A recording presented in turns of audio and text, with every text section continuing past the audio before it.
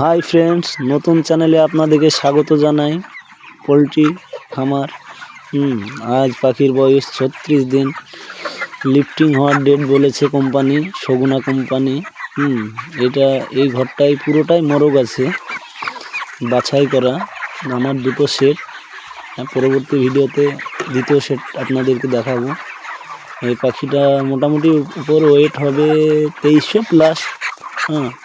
তবে দোয়া করবেন যাতে 2300 প্লাস আসে। সবাই দেখছে, চ্যানেলটাকে সাবস্ক্রাইব এবং লাইক দিয়ে ফলো করবেন।